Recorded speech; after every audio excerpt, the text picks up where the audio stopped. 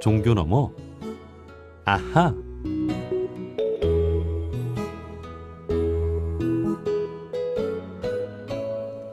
매주 월요일 코너입니다. 종교 너머 아하. 종교의 우를 넘어 이웃 종교와 화합하고 협력하는 분들을 초대해서 이야기 나눠보는 시간인데요. 개신교계의 일치와 협력을 위한 운동, 에큐메니칼 운동에 대해 알고 계신가요? 개신교계에는 다양한 교단들이 있는 만큼 서로 대화하고 협력해 개신교 본연의 역할을 함께 해나가자는 운동인데요. 지난 30일 한국기독교회관에서 위기의 에큐메니칼 운동, 대안을 위한 긴급 토론회가 열렸습니다. 개신교계의 연합운동이 위기를 맞고 있다는 건데요. 자세한 이야기 들어보죠. 한국기독교교회협의회 전 정의평화위원장을 지내신 천안살림교회 최형묵 목사님을 만나보겠습니다. 목사님 안녕하세요. 예, 안녕하세요. 예, 반갑습니다. 자, 지난 30일 한국기독교회관에서 에큐메니칼 운동을 위한 긴급 토론회가 열렸습니다. 자, 어떻게 마련된 자리였습니까? 최근에, 지난 아마 3월 15일로 기억하는데요. 이제 NCCK 총무님을 맡고 계시는, 이용정 목사님이 사임 의사를 밝히셨어요. 예. 거기에 대해서 이게 단순한 사태가 아니다. 또 향후 어떻게 지도력을 확보할 것인가. 이런 게 이제 현안 문제이긴 하지만은, 이게 단순한 사태가 아니고, 사실은, 에큐메니칼 운동이 상당한 위기를 맞이한 국면에서의 어떤 징후가 아닐까 이렇게 생각을 하고, 네. 거기에 대해서 좀 진단을 하고 대안을 모색하려는 이제 그런 의도로 준비가 됐고요. 되게 이제 현직 NCCK의 이제 위원장을 맡고 있는 분들이 초청이 돼서 했는데 굉장히 많은 관심을 끌었습니다. 예. 오랜만에 코로나 이후에 아마 처음인 것 같은데요. 기독교회관 2층 강당이 꽉 찰 정도로 많은 분들이 모여서 열띤 토론을 했습니다. 예. 자, 잠시 후에 또 자세히 이야기를 나누겠습니다만 얼마 전 NCCK의 이용정 총무님께서 사임 의사를 밝히셨는데 그것이 어떤 교단들 간의 작은 갈등으로 인해서 그에 대한 책임을 지고 사임을 하셨죠. 예. 자, 에큐메니칼 운동에 대해 먼저 알아보는 게 필요할 것 같은데요. 개신교계에 다양한 교단들이 있는 만큼 서로 일치와 협력을 해 나가자는 운동이지 않습니까? 그렇죠. 예. 한마디로 얘기하자면은 방금 설명하신 것처럼요. 이제 교파가 굉장히 다양하잖아요. 특히 개신교. 사실 에큐메니칼 운동은 개신교에만 한정되는 것은 아니고 이제 카톨릭, 구교까지도 다 이제 포함해서 사용되기도 하는데요. 어쨌든 개신교의 한정에서 얘기하자면은 다양한 교파들이 서로 이렇게 일치를 추구하고 협력해 나가자. 그런 뜻인데, 현대 세계 교회의 에큐메니칼 정신 한마디로 얘기하자면은 세계의 일치를 위한 교회의 일치 이렇게 지배하게 됩니다. 그러니까 세상의 어떤 갈등과 분쟁을 넘어서서 이걸 해결하는데 교회들이 서로 협력하고 일치하자. 이제 이런 정신을 갖고 있는데요. 이것은 이제 되게 세계교회협의회 WCC로 약칭이 되지요. 이제 출범할 때부터 그 정신을 아주 뚜렷하게 이렇게 표방하고 전 세계적으로 이렇게 펼쳐지고 있는 교회의 일치와 협력 운동입니다. 예. 자, 에큐메니칼 운동을 위해서는 또 한국 개신교를 대표하는 기관이나 단체가 있어야 할 텐데요. 한국기독교교회협의회 NCCK가 그동안 중심적인 역할을 하고 있지 않습니까? 네, 그렇죠. 그러니까 이제 1924년 내년이면은 사실 이제 100주년이 되거든요. 그러니까 1924년에 조선연합공의회, 그러니까 현재 한국기독교교회협의회 이제 전신이죠.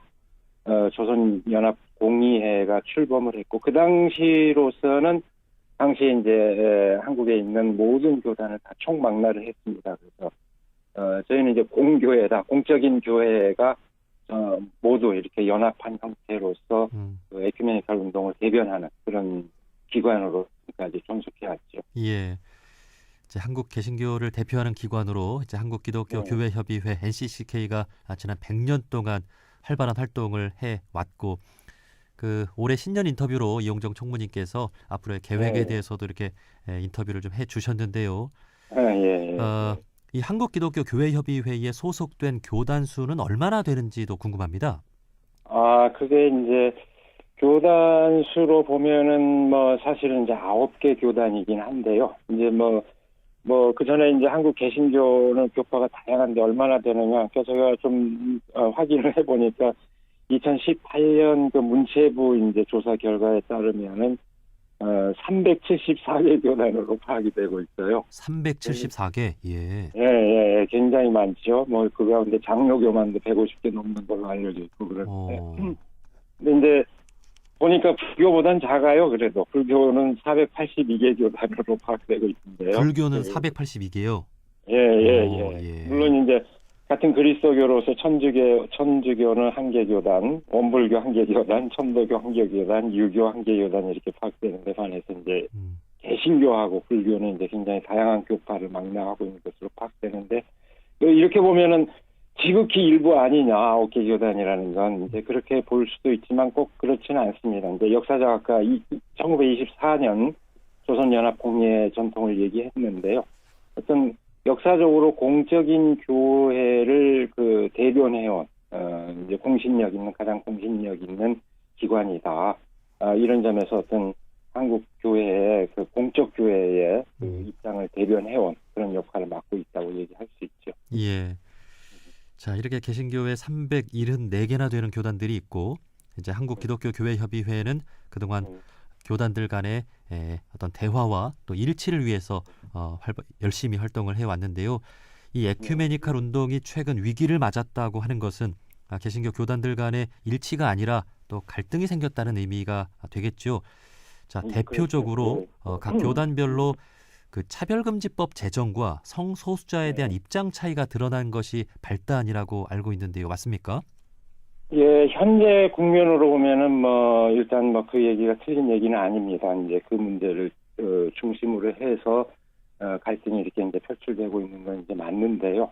근데 이제 사실은 현재 국면에서는 그게 분명히 맞지만 조금 더 이제 근본적인 문제가 있다 이렇게 생각하는 게 이제 저희들의 생각입니다. 네. 굉장히 좀 장기적으로 지속되어 온 어떤 그 이익이 현재 국면에서 그렇게 나타나고 있다 이렇게 이해를 해야 될 것 같은데요. 그러니까 저희는 이제 그날 그 자리에서 뭐 제가 발표할 때도 그런 얘기했고 그 자리에서 모인 분들도 그런 얘기를 다 했지만은 뭐 제 발표했던 내용을 이제 다시 한기하자면은 이제 크게 두 가지 그 요인이 있다고 생각을 합니다. 예. 하나는 기본적으로 이제 어떤 저희는 이제 예수님의 어떤 복음의 정신 그것을 제대로 구현하지 못하는 어떤 정체성 위기가 가장 핵심적인 그 위기 요인으로 있고 그리고 더불어서 그것이 이제 사회적 관계의 차원에서 일종의 교회가 갖는 어떤 그 도덕성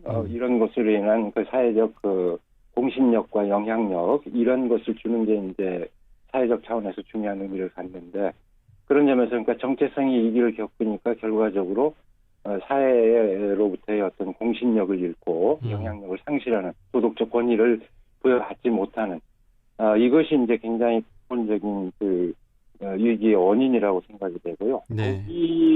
그걸 촉발시킨 거는 결국 정체성 위기를 얘기했지만은 복음을 오늘의 시대 속에서 예수님의 그 복음을 어떻게 구현할 것인가 이 정신보다는 각각의 어떤 교단의 특별히 또 그 우월한 규모가 크고 큰 수도 많고 재정 규모도 크고 이런 교단의 그 어떤 그 집단적 이기주의라고 할까요? 또는 헤게모니라고 할까요?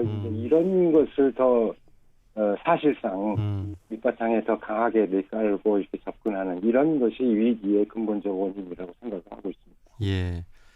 그 이제 각 교회별로 규모 차이도 크다 보니까 그렇죠. 네. 어떤 그 교회의 역할이나 어떤 본질에 대한 생각도 달라질 수도 있고 또 활동의 어떤 영역에서도 좀 차이가 있을 수 있다 보니까 좀 화합과 어떤 하나된 그런 협력보다는 이렇게 생각 차이가 좀 드러나게 된 것도 같습니다. 예. 뭐 표면적으로 드러난 것은 앞서 말씀드린 대로 이제 차별금지법 제정과 성소수자에 대한 입장 차이인데 뭐 이것을 비롯해서 여러 가지로 앞에 말씀해주신 대로 개신교 교단들 간에 이런 입장 차이가 나는 이유는 무엇일까요? 예, 그건 뭐 어쨌든 크게 보면 근본적인 차원에서 보면은 뭐 제가 예수님의 복음이라고 얘기했고 뭐 성서가 가르치는 그런 내용이라고 얘기할 수 있을 텐데요. 그 점에서 같지만 사실은 이제 개신교 우리가 종교 개혁 이후에 그 개신교의 이제 상황을 보면은 이제 역사적으로 그 형성된 다양한 신조에 따라서 굉장히 다양한 교파가 형성이 됐거든요. 근데 이제 언뜻 보면은 단일한 목소리가 안 나오는 게 부정적인 거 아니냐라고 생각할지 모르지만 사실은 역사적으로 볼 때 꼭 그것이 부정적인 것만은 아니었습니다. 그러니까 그렇죠. 예. 우리가 흔히 이제 신앙 양심의 자유다. 그러니까 이게 사실은 그런 역사 맥락에서 나온 거거든요. 각기 다른 신앙을 존중해야 된다. 네. 단일한 신앙이 아니라 다양한 신앙이 존중받아야 된다. 이런 것도 다양한 교파가 나오는 그런 배경 속에서 이제 등장한 굉장히 중요한 가치인데요. 그런 점에서 개신교가 갖고 있는 하나의 장점일 수 있는데 사실은 저마다의 신앙 양심의 자유를 존중한다 이런 원칙에 입각할 것 같으면 뭐 갈등이 일어날 이유가 없죠. 네. 다른 걸 존중한다. 근데 아까 얘기했던 것처럼 그런 정신보다는 어떤 그 자신의 어떤 영향력을 더 이렇게 행사하고자 하는 이제 각 교단의 어떤 그 힘을 행사하고 싶은 우월한 일종의 뭐 세속적 논리라고 할까요? 그런 것이 더 중심 가치로 이렇게 등장하다 보니까 갈등이 심한 측면이 있다고 생각합니다. 그 이제 종교인들이 서로 존중해주고 함께하려는 그런 마음보다는 내 생각이 더 맞다, 내가 더 우월하다라고 하는 것이 이제 갈등을 일으키는 또 근본 원인이 되는 거겠죠. 예. 자, 그러면 이러한 위기를 어떻게 극복할 것인가 이날 토론회에서 다양한 분들이 말씀을 해주셨을 것 같습니다. 이제 목사님께서도 또 나름대로 해답을 전해주셨을 텐데요. 글쎄 어떤 해법이 있겠습니까?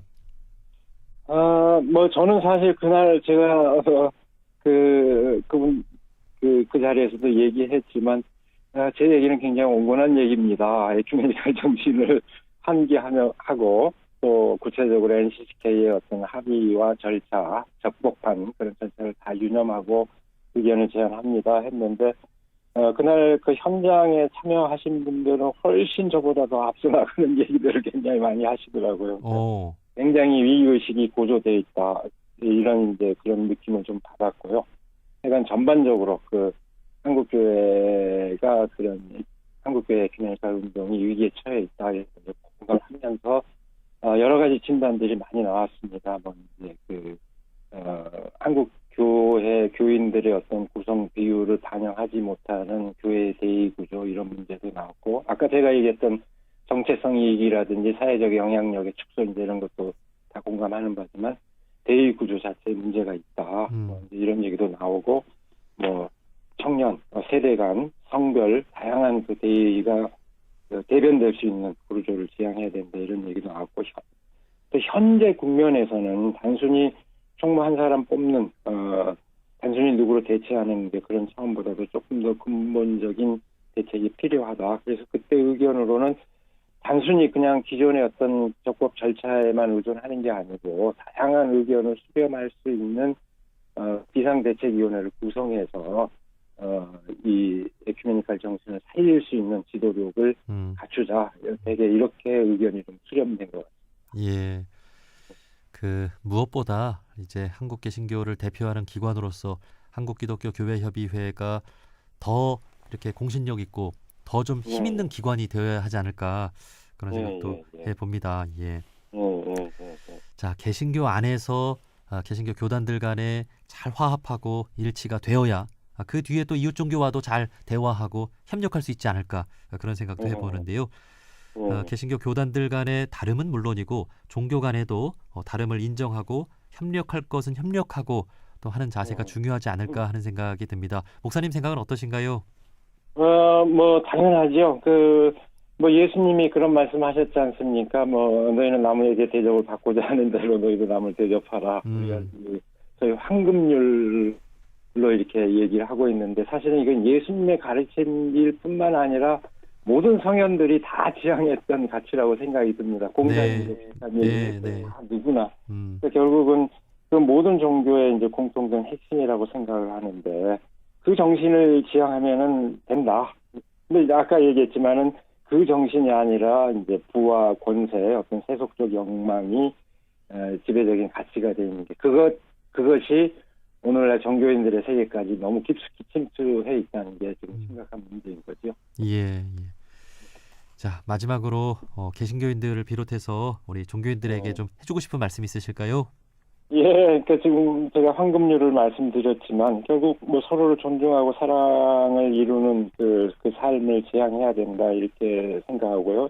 그러니까 결국 그것을 이룰 수 있는 어떤 그 보편적 가치가 뭘까? 저희는 이제 교회에서 이제 그 정의, 평화, 생명 이제 이렇게 집약을 합니다만은 그걸 이제 우리 종교인들, 우리 또 개신교인들이 이제 추구해야 될 거라고 봅니다. 특별히 저희로서는 이번 주간이 예수님이 이제 십자가에 매달리신 그 고난 주간이거든요. 아, 예. 그 의미를 더 깊이 생각하지 않을 수가 없는데 예수님이 결국은 사랑을 실천했을 뿐인데 결국은 참혹한 그 십자가의 고난을 당한 그 삶의 의미가 뭐냐.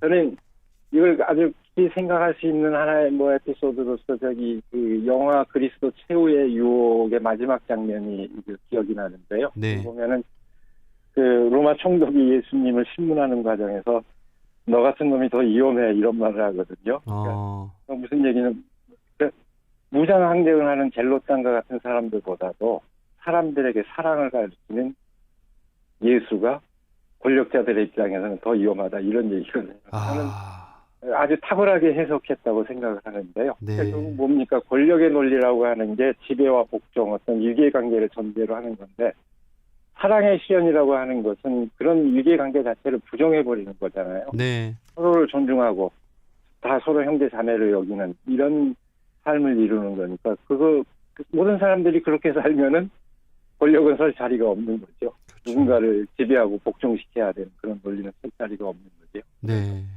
그러니까 결국은 예수님이 고난을 겪었던 건데 그 정신을 특별히 저희로서는 이제 이 고난 주간에 특별히 더 깊이 새겨야 되지 않을까 그렇게 생각합니다.